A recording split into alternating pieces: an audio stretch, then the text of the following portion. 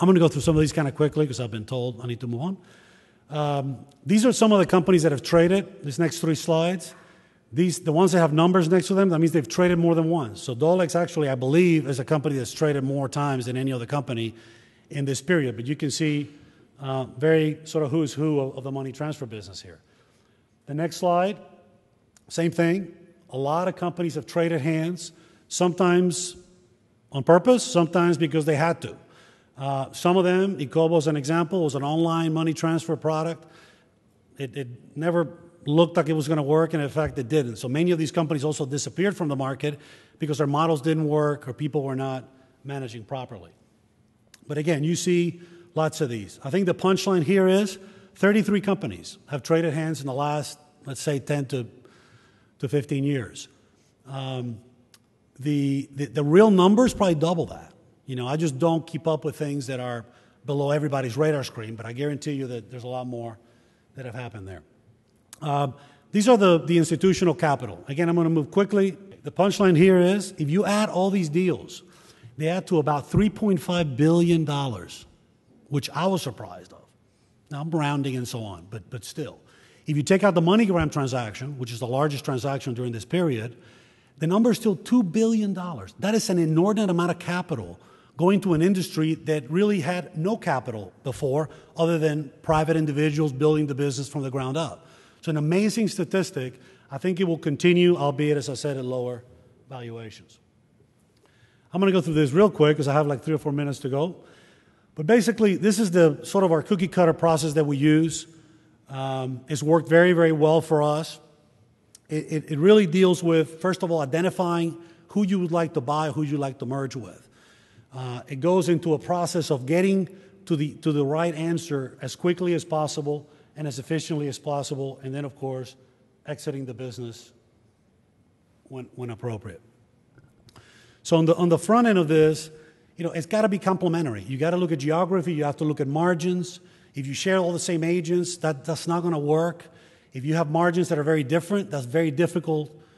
It's impossible to bring them off, so normally you end up bringing yours down. So you have to be really careful with that, and you have to spend a lot of time on mix and countries. Payer synergies are one of the biggest synergies that we have been able to achieve through the consolidation because of the higher volumes. If you look at this slide, what I would emphasize on is that trends are key. It's a lot easier to buy something that is well run, that is doing well, that is growing with good trends, than something that is going the opposite direction that needs to be turned around. They both can be done. They take a little bit different skill set.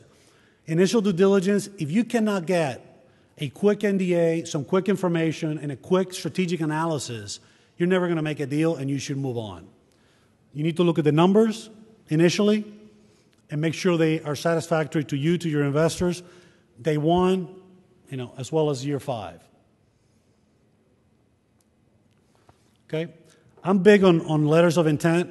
Again, the key is to try to get to a place where you either have made a deal with somebody or you don't, and you haven't spent $1 million in legal fees. So letters of intent is a tool that I encourage. I like it. You, as a business person, sit down with the other business person and get to work through the major terms. That is invaluable in terms of making this process a lot more efficient. It takes about a year from the moment you're engaged in a negotiation until the day you close, which is, I don't know any other industry that's like this unless they're very regulated. Now you've caught the bus. Now you own the business. Now it's day 1. The first thing you need to do is really get the right people on the bus and make sure they're sitting in the right seats.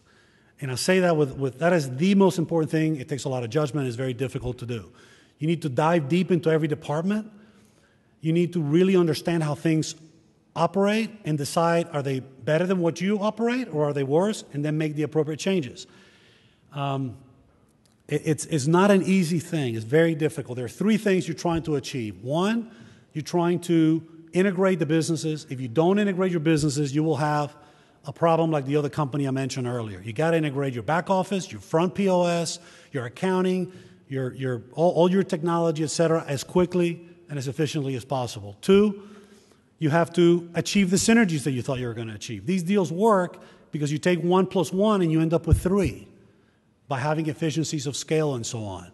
You got to achieve those synergies. And number three, and the most important thing, is you got to grow.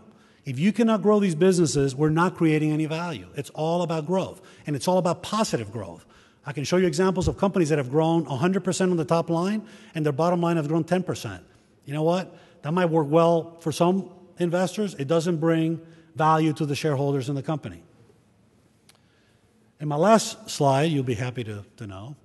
My last slide is the exit. You know, there's many ways to exit. You can sell for cash. You can do an IPO if the markets are right, et cetera. But the most important thing is if you've done your job on the other slides, this could be a really happy day for a lot of people. If you haven't, you're still going to exit. You're just going to go out the back door quietly and never to be seen again. So thank you very much. I hope you enjoy some of these facts. And thank you for having me.